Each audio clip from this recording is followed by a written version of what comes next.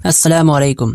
आज की इस वीडियो में हम बात करेंगे कि शब कद्र को किस तरीके से गुजारना चाहिए और इसके अंदर कौन सी इबादतें करनी चाहिए। तो इसके बारे में सबसे सही बात यह है कि हदीस शरीफ के अंदर इस रात के अंदर कौन सी इबादत करनी चाहिए, इसके बारे में कोई ख़ास चीज़ नहीं बताई गई है। जिसको जो इबादत करनी सही मालूम होती हो और उसको करने की ज़रूरत मालूम होती हो, हर इंसान को अपने तरीके से वो इबादत करनी चाहिए। कुरान पढ़ना हो, नफल नमाज पढ़नी हो या कज़ा नमाज़ें पढ़नी हो, सलातुत तस्बीह पढ़ना हो, जो भी इंसान को अपने लिए करने की ज़रूरत महसूस होती हो, उसके लिए बेहतर हो वही इबादत करनी चाहिए। और आप लोगों ने किसी से सुना होगा या किसी किताब में पढ़ा होगा कि शब कद्र के अंदर फ़लाँ 4 रकात पढ़नी चाहिए या फ़लाँ इबादत करनी चाहिए, तो वो किसी बुज़ुर्ग ने अपने मुरीदीन को बताई होती हैं अपने ख्याल से, क्योंकि अपने मुरीदीन के लिए बुजुर्ग को वही इबादतें सबसे सही मालूम होती हैं, इसलिए वो उनको वो इबादतें करने की सलाह देते थे।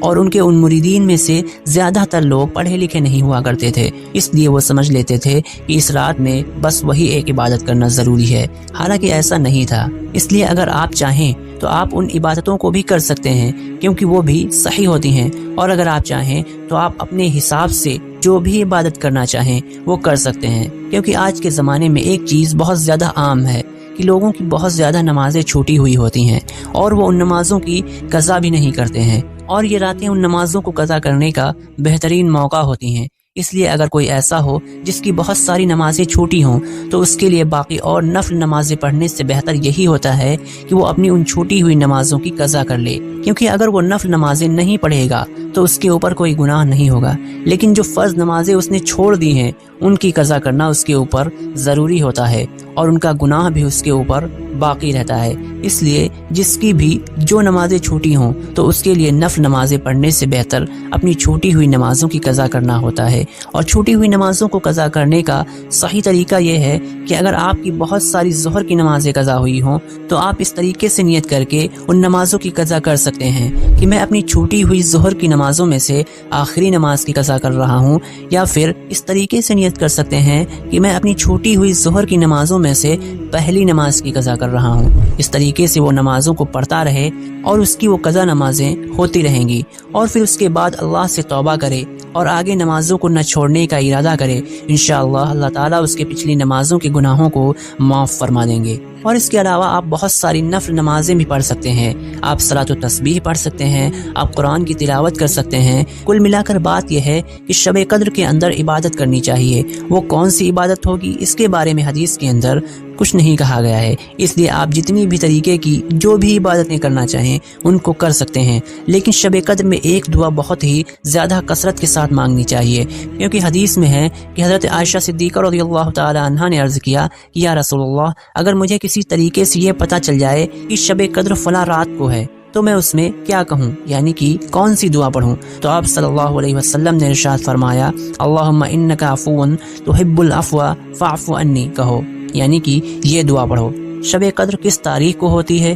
तो हदीस पाक में इरशाद हुआ है कि शब कद्र रमज़ान के आखिरी अशरे की पाक रातों में होती है, यानी कि 21, 23, 25, 27 और 29। और बाद हदीसों में आया है कि मुतलक अशरे आखिर में, यानी कि रमज़ान के आखिरी 10 दिनों के अंदर शब कद्र होती है। इसी तरीके से इन दोनों तरीक़ों की हदीसों को मिला दिया जाए तो इसका मतलब ये होगा कि शब कद्र के होने की सबसे ज़्यादा उम्मीद रमज़ान के आखिरी 10 रातों के अंदर होती है। जमहूर उलमा का यही मज़हब है, यानी कि लैलतुल क़द्र रमज़ान के आखिरी 10 रातों में से किसी रात में होती है। और कुछ उलमा का मज़हब ये है कि शब कद्र पूरे साल में से किसी भी रात में हो सकती है। इसलिए अगर हम पूरे साल की रातों को नहीं जाग सकते हैं तो कम से कम हमको रमज़ान की आखिरी 10 रातों को ज़रूर जागना चाहिए। और अगर इतना भी नहीं कर सकते हैं तो कम से कम ताक रातें, यानी कि 21, 23, 25, 27 और 29 तारीख की रातों को ज़रूर जागना चाहिए। और अगर इतना भी नहीं कर सकते हैं तो कम से कम 27वीं रात को ज़रूर से ज़रूर जागना चाहिए। اور شب قدر میں جاگنے کا طریقہ کیا ہے؟ تو شب قدر میں جاگنا چاہیے اور خدا کی عبادت کرنی چاہیے۔ ان راتوں میں حضور صلی اللہ علیہ وسلم نے رمضان کی دوسری راتوں کے مقابلے میں زیادہ جاگنے کا اہتمام فرمایا ہے، اور آپ ان راتوں میں ازواج مطہرات یعنی کہ اپنی بیویوں کو بھی اہتمام سے جگاتے تھے۔ اور شب قدر میں کوئی ساری رات جاگنا ضروری نہیں ہے، جس سے جتنا ہو سکے جاگے تب بھی کافی ہوگا۔ اور شب قدر کی رات کو پورے یقین کے ساتھ جاگنا چاہیے، کیونکہ اگر وہ رات شب قدر نہیں بھی ہوگی تو ہو سکتا ہے اللہ تبارک و تعالی ہمارے یقین کی بنیاد پر ہم کو شب قدر کا ہی ثواب عطا فرما دے۔ بہت سی جگہوں پر لوگ شب قدر میں جمع ہو کر رات جاگنے کا خاص اہتمام کرتے ہیں، یہ مکروہ ہے۔ اتفاق سے اگر 2-4 آدمی جمع ہو جائیں تو اور بات ہے، جمع ہونے کا خاص اہتمام اور انتظام شریعت کے خلاف ہے۔